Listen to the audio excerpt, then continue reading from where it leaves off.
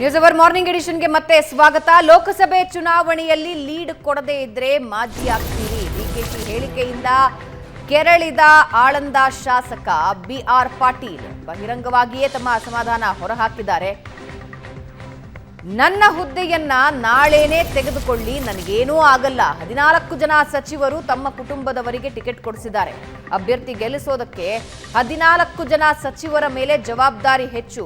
ಮೊದಲು 14 ಜನ ಸಚಿವರು ಮಾಜಿ ಆಗಲಿ, ಆಮೇಲೆ ನನ್ನ ಪಾಳಿ. ಬಹಿರಂಗವಾಗಿಯೇ ತಮ್ಮ ಅಸಮಾಧಾನ ಹೊರಹಾಕಿದ್ದಾರೆ ಬಿಆರ್ ಪಾಟೀಲ್.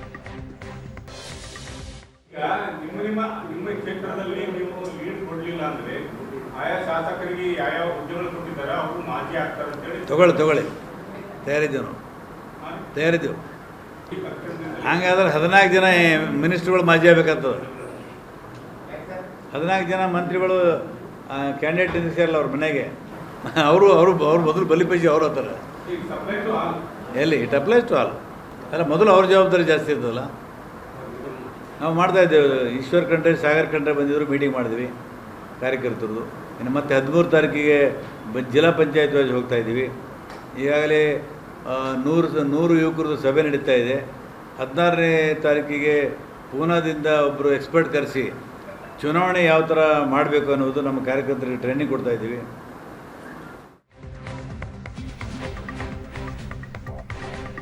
ಡಿಕೆಶಿ ಹೇಳಿಕೆ ಮತ್ತು ಅದಕ್ಕೆ ಬಂದಿರೋ ರಿಯಾಕ್ಷನ್ ಪ್ರಶಾಂತ್ ನೋಡಿ. ಬಿ ಆರ್ ಪಾಟೀಲರು ಒಬ್ಬ ಸ್ವಾಭಿಮಾನಿ ರಾಜಕಾರಣಿ. ಯಾವತ್ತಿಗೂ ಅಂದರೆ ಈ ರೀತಿಯ ಹೇಳಿಕೆಗಳನ್ನು ಅವ್ರು ಯಾವತ್ತೂ ಒಪ್ಪಲ್ಲ. ಅದು ಸಿದ್ದರಾಮಯ್ಯ ಕೊಡಲಿ, ಡಿ ಕೆ ಶಿವಕುಮಾರ್ ಕೊಡಲಿ, ಅವರು ಬಹಿರಂಗವಾಗಿ ಅದಕ್ಕೆ ಮಾತಾಡ್ತಾ ಇರ್ತಾರೆ. ಅದು ಬಿ ಆರ್ ಪಾಟೀಲರ ಸ್ವಭಾವ.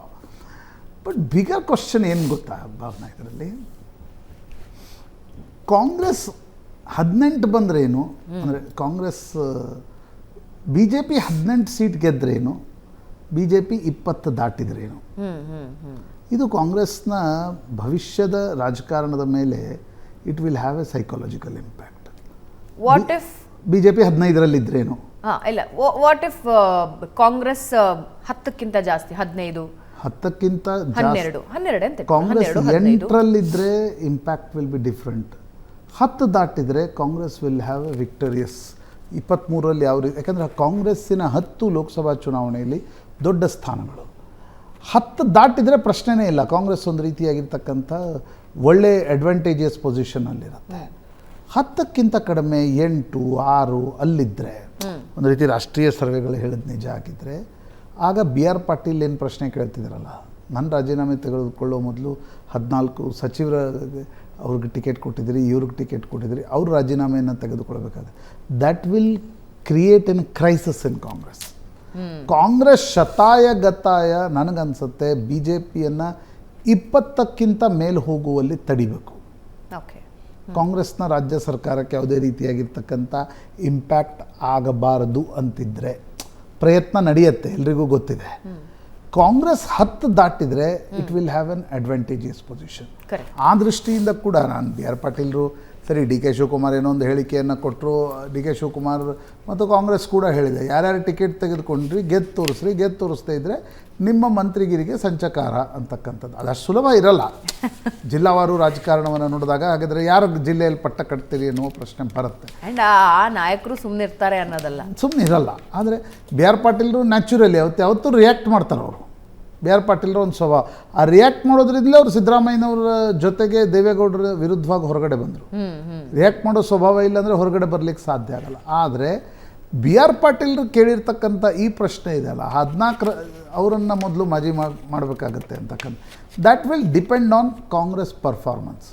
ಇವತ್ತು ನೋಡಿ, ಬಿ ಜೆ ಪಿ ಟಿಕೆಟ್ ಹಂಚಿಕೆಯ ನಂತರ ಕಾಂಗ್ರೆಸ್ ಕೂಡ ಸರಿಸಮನಾಗಿ ಕರ್ನಾಟಕದಲ್ಲಿದೆ. ಒಂದು ಹಂತದಲ್ಲಿ ಬಿ ಜೆ ಪಿ ವಿಜೇಂದ್ರ ಅಧ್ಯಕ್ಷರಾದ ನಂತರ, ರಾಮ ಮಂದಿರದ ಉದ್ಘಾಟನೆಯ ನಂತರ ಎಲ್ಲಿ 20 ದಾಟೇ ಬಿಡ್ತು, 22 ಹೋಯ್ತು, 23 ಹೋಯ್ತು ಅನ್ನುವ ಚರ್ಚೆಗಳು ಶುರುವಾಗಿದ್ದವು. ಟಿಕೆಟ್ ಹಂಚಿಕೆಯಲ್ಲಿ ಬಿ ಜೆ ಪಿ ಮತ್ತೆ ಕೆಳಗೆ ಬಂದಂತೆ ಕಾಣ್ತಾ ಇದೆ. ಕನ್ಸಾಲ್ಟೇಷನ್ ಕೊನೆಯ ಒಂದು ವಾರ ಹೇಗಾಗುತ್ತೆ, ಮೋದಿ ಫ್ಯಾಕ್ಟ್ರಿ ಏನಾಗುತ್ತೆ, ಇವೆಲ್ಲವೂ ಮುಖ್ಯ. ಆದರೆ ಕಾಂಗ್ರೆಸ್ಗೆ, ಕಾಂಗ್ರೆಸ್ನ ರಾಜ್ಯ ಸರ್ಕಾರಕ್ಕೂ ಮತ್ತು ಕಾಂಗ್ರೆಸ್ಗೂ ಕೂಡ ಭವಿಷ್ಯದ ದೃಷ್ಟಿಯಿಂದ ಭಾಳ ಮುಖ್ಯ ಆಗಿರ್ತಕ್ಕಂಥ ಲೋಕಸಭಾ ಚುನಾವಣೆ.